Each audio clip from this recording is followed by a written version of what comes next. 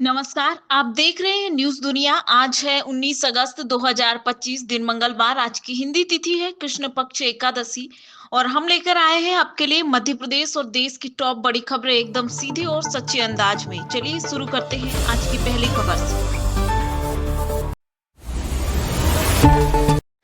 प्रधानमंत्री नरेंद्र मोदी ने दिल्ली के रोहिणी में देश के पहले 8 lane elevated highway Dwarka express और अर्बन एक्सटेंशन रोड 2 का उद्घाटन किया। इस मौके पर उन्होंने लोगों से कहा कि मेक इन इंडिया और वोकल फॉर लोकल को अपनाने को कहा।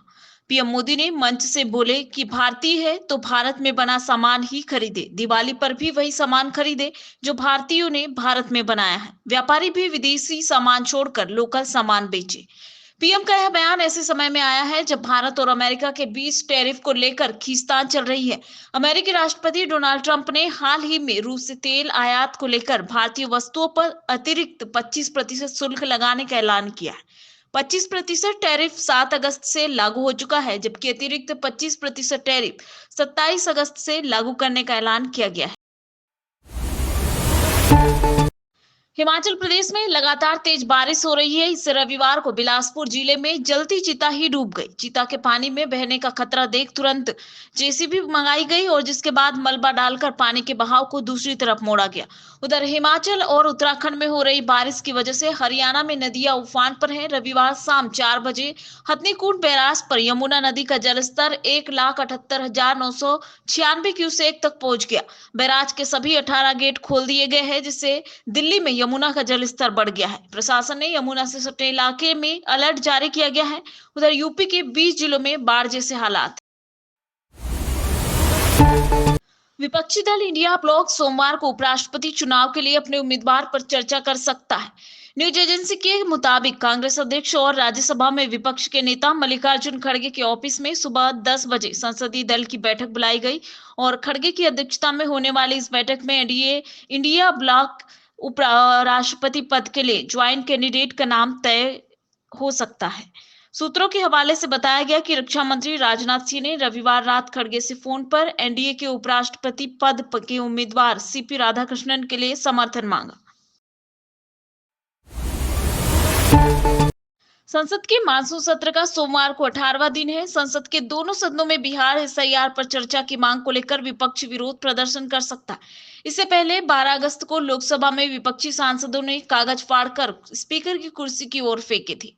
लोकसभा में सोमवार को शुभांशु शुक्ला की सफल अंतरिक्ष यात्रा पर विशेष चर्चा बहस का विषय है। अंतर्राष्ट्रीय इस अंतरिक्ष स्टेशन पर भारत का पहला अंतरिक्ष यात्री विकसित भारत 2047 के लिए अंतरिक्ष कार्यक्रम की भूमिका।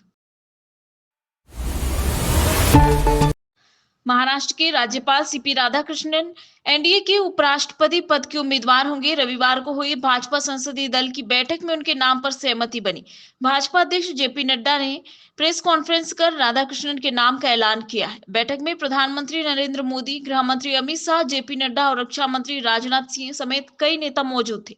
राधाकृष्णन 21 अगस्त को नामांकन दाखिल करेंगे और इस दौरान एनडीए शासित राज्यों के सभी मुख्यमंत्री और उप मुख्यमंत्री भी मौजूद रहेंगे। सीपी राधाकृष्णन 16 की उम्र में आरएसएस से जुड़े 2 बार सांसद चुने गए। तमिलनाडु भाजपा अध्यक्ष रहे। कॉलेज में टेबल टेनिस चैंपियन थे। महाराष्ट्र के राज्यपाल सीपी राधाकृष्णन एनडीए के उपराष्ट्रपति पद के उम्मीदवार होंगे। रविवार को भाजपा अध्यक्ष जेपी नड्डा ने प्रेस कॉन्फ्रेंस कर उनके नाम का ऐलान किया। राधाकृष्णन जुलाई 2024 से महाराष्ट्र के राज्यपाल है। इससे पहले वे झारखंड के राज्यपाल थे और तेलंगाना व पौंडीचेरी का अतिरिक्त प्रभार भी संभाला था। 20 अक्टूबर 1957 को तमिलनाडु के तिरुपुरम में जन्मे राधाकृष्णन ने बीबीए की पढ़ाई की। हिमाचल प्रदेश में इस बार मानसून तबाही मचा रहा है। 3 दिन की निरंतर बारिश से मंडी जिला के करसोग विधानसभा क्षेत्र का राजधानी शिमला से पूरी तरह संपर्क कट गया है। सतलुज नदी से तेज बहाव से सुन्नी के तातापानी में सड़क क्षतिग्रस्त टूट गई है। इसे करसोग विधानसभा के साथ साथ लगते नाचन और सराज विधानसभा के भी कई क्षेत्रों का शिमला से संपर्क टूट गया है। वाहनों की आवाजाही पूरी तरह से रोक दी गई है। सड़कों पर अब केवल पैदल चलने लायक जगह बची है। वहीं चंडीगढ़ मनाली 4 लेन पर भी 43 घंटे से बंद पड़ा है। सैकड़ों लोग गाड़ियों में बैठकर सड़क बहाली के इंतजार में। मगर मंडी के दबाड़ा और जोगनी मोड़ के पास पहाड़ी से बार बार लैंडस्लाइड हो रहा है। इससे सड़क बहाली के काम में बाधा आ रही है। पत्थर गिरने से निरंतर खतरा बना हुआ है।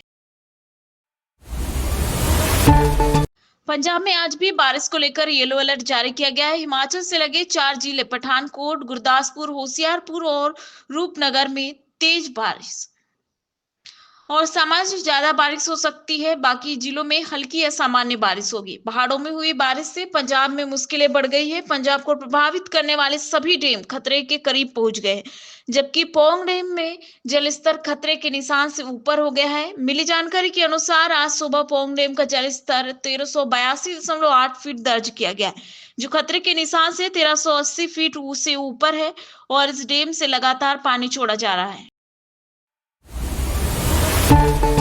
हरियाणा के भिवानी में लेडी टीचर मनीषा की लाश मिलने से उपजा रोष पूरे प्रदेश में फैल गया है। 14 अगस्त को लाश मिलने के बाद पुलिस अभी तक आरोपियों का पता नहीं लगा पाई है। इसे देखते हुए एक तरफ परिजन लाश लेने से इनकार कर 5 दिन से धरने पर बैठे हैं। चर्चा यह भी है कि भिवानी पुलिस इसको लेकर आज कोई बड़ा खुलासा कर सकती है। वहीं दूसरी तरफ पानीपत, झज्जर, जींद, फतेहाबाद समेत कई जिलों में लोग प्रदर्शन कर रहे हैं। उनका कहना है कि कुछ पुलिस अधिकारियों को सस्पेंड करने से काम नहीं चलेगा। पुलिस आरोपियों को गिरफ्तार कर फांसी पर लटकाए। उन्होंने कहा है कि इस मामले में हरियाणा सरकार फेल हो गई है। भिवानी में राजीव गांधी महिला कॉलेज के छात्र छात्राओं ने भिवानी हांसी रोड जाम कर दिया है। हालांकि पुलिस के समझाने पर इसे खोल दिया गया। ये थी आज की बड़ी खबरें। आपको कौन सी न्यूज सबसे जरूरी लगी, कमेंट करके जरूर बताएं। वीडियो अच्छा लगे तो चैनल को सब्सक्राइब करें।